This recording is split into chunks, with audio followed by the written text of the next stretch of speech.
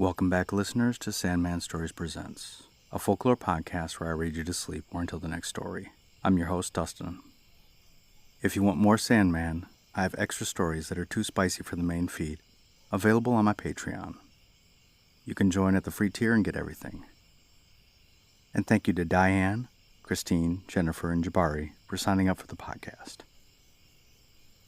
Today we are back in the book of Korean folklore written down by W.E. Griffis. This story is almost a retelling of a Japanese folktale, and I've added in a few details so it better matches the story of Hungbu and Norbu, the famous brothers of old. And this is the second to last story in the book, so let's begin. The King of the Sparrows. The Korean children wake up every morning to the twittering of sparrows. These little birds build their nests on the roofs and along the eaves. People plant melons, gourds, and mock orange seeds along the sunny sides of their houses in the springtime. All through the summer and until late autumn, the walls and roofs are covered with thick green leaves. Here in these sheltered places, the mother sparrow lays her eggs, and the father sparrow finds worms and feeds her. Then the hungry birds hatch and open their little mouths for something to eat. After this, both parents keep busy by raising their brood and teaching them to fly. The greatest danger to the fledglings come from the cruel snakes that live on the roof and eat up the young sparrows. Sometimes, to help them fight against their enemy, the adult sparrows call in large birds who are not afraid of the snakes. They peck at the snake until they drive it away. Then, there's always lively chattering over the victory. One day, a young sparrow that had hardly learned to fly was almost seized and would have been devoured by the snake, but was saved by a big, brave bird that flew at the reptile. Although it escaped the snake's jaws, the falling sparrow got its legs caught in the vines, which hung outside the veranda, and its limb was put out of joint. It laid there, helplessly stuck in the vines. The owner of the house was a kind man who loved birds.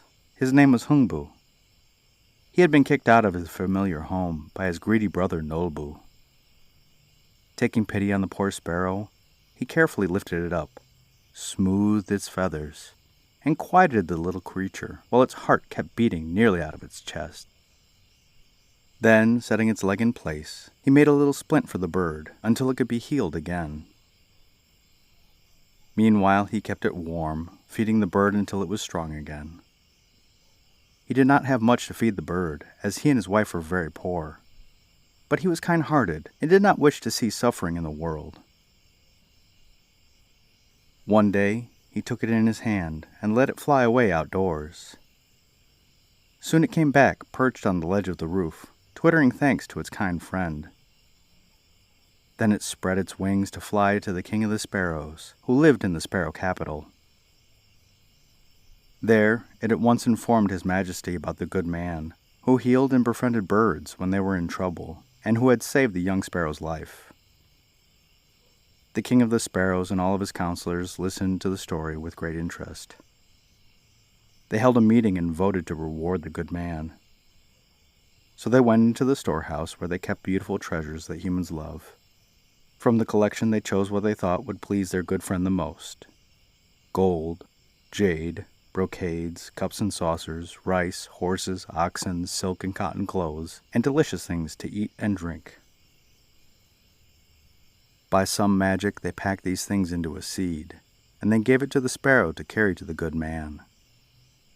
They made the bird promise to not lose the seed, and to be sure to give it to no one but the kind man. So the sparrow flew out of the sparrow land, and down to the house of his kind friend. Carefully laying down the seed, it kept near the paper window and made a great twittering until the man came out to see what was the matter. Recognizing his old friend, he put out his palm, and the sparrow laid a seed in it, meanwhile chattering in a lively way and looking in his face as if to tell him how precious this treasure was. But the man thought nothing of the seed and was just going to throw it in the compost heap. He showed it to his wife, who told him that there was no harm in planting it. She was a very wise woman, and knew that the sparrow had brought the gift of thanks. she planted the seed that very spring. The seed grew into a mighty vine that covered one side of the house with its leaves. When one unusually large gourd was nearly ripe, the man thought of plucking it for food, but, taking his wife's advice, he waited until autumn had come. By this time, the gourd, having absorbed the sunshine all summer, was fully ripe. Hungbu took out a saw to open it. He sliced it cleanly in half, and behold, a plethora of riches came out of the gourd, the likes of which neither had ever dreamed of. First, a tablecloth spread itself out before them, on top of a table of jade, like the emperor eats from. Next rolled forth a bottle of delicious wine in 8 silver cups, that set themselves on the table. Soon, a golden tea box appeared filled with fragrant leaves. Then rolls of silk, fine muslin, satin brocades, and a store of rich clothes, enough to last a lifetime, appeared before their eyes. After that, food of all sorts spread out on top of the table. Looking out into the yard, they saw strong horses and fat oxen waiting to do their master's bidding. Following the feast, they danced, enjoyed music, and endless entertainment, as they were now as happy as royalty. Their previous hovel was transformed into a rich, lavish villa, with plenty of riches and tasty things surrounding them. But the older brother of Hungbu, named Nolbu, heard all about the riches his brother enjoyed. He wanted to be rich like his brother. But he was not as kind as his brother. In fact, he hated sparrows and chased them away because they ate the seeds he dropped while eating his fruit. He had also sent Hungbu away from the family home after their parents had died. So he watched for his opportunity, and, when a sparrow came near, he threw a stick at the bird and broke its leg. Then he bound up the limb with some rags and a twig. He kept the poor sparrow until its leg was healed, although crooked, and then let it fly away. Back in Sparrowland, the poor bird told about Nolbu's doings. The Sparrow King at once handed out a seed to be given to the enemy of the sparrows. When Nolbu saw the little bird with the crooked leg, he ran out, grabbed the seed, and planted it at once. He could hardly wait for the gourds to ripen. Wonderful to say, however, the vine was quite luscious, covering the whole side of the house and all of the thatched roof. Finally, in autumn, he plucked all of the gourds. Then he sat down before the pile with a saw, and he began to open them. But instead of the treasures that Hungbu received, out came the 12 curses of Korea. First leaped forth a party of rope dancers, who put out their hands and demanded money. They threatened to live with him and eat at his table until they got their money. There was no helping it. So he had to give each dancer a long string of cash before he could get rid of them. No sooner had he opened the second gourd than out stepped a line of Buddhist priests, who at once began begging for their temples. He was only too glad to buy off these shaved heads. No sooner had another gourd opened than a band of hired mourners came forth carrying a corpse.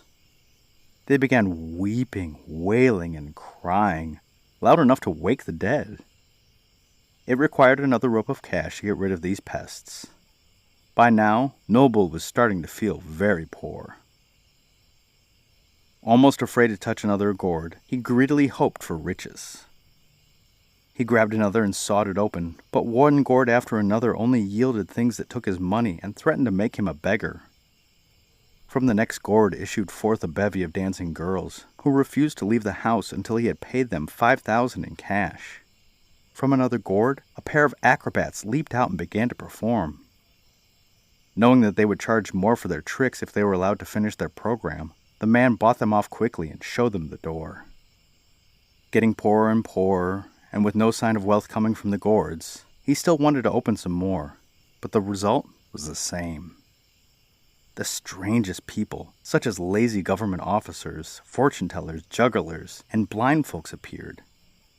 These last folks had sticks in their hands to find their way, and bells on their belts to collect alms.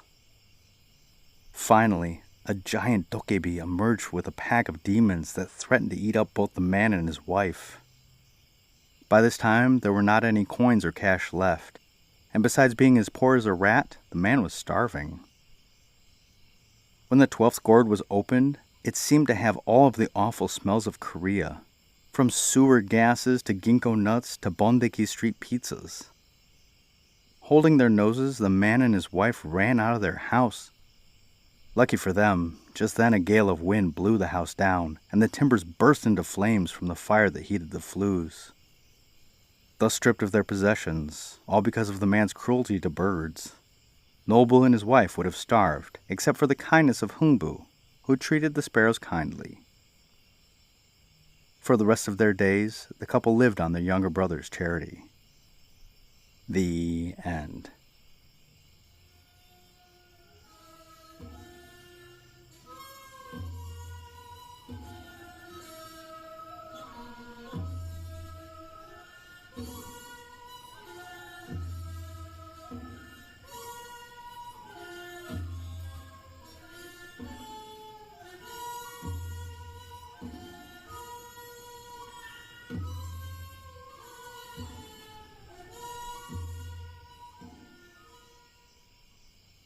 I like this story. Sadly, Griffis did not see that this was the story of Hungbu and Nobu, and instead focused on the sparrows. I know, him being in Japan first, he would have been more familiar with the Japanese story and so presented it almost in that way. If you haven't read it yet, I would suggest that you look up the story of Hungbu and Nobu. I asked my wife if the wives of Hungbu and Nobu had names, but sadly she said they were just known as Hungbu's wife and Nobu's wife. And there's only one story left in this book, and then I will continue with another Korean folktale book. So please be kind to your feathered friends. And the podcast shoutout is to the For Your Reference pod. Hosts and lovers KT and OT have put in the hard work to get movie interviews.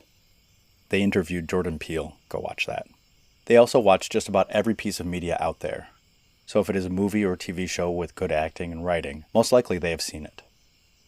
And besides being super awesome movie reviewers, they're also just really good people. And so if you like their podcast as much as I do, go and give them a like, a rating, and a review. And the listener shoutout is to Georgetown in the Cayman Islands. Not to be confused with Georgetown, the capital of Guyana. How can you tell them apart? The capital of the Cayman Islands is 2 words.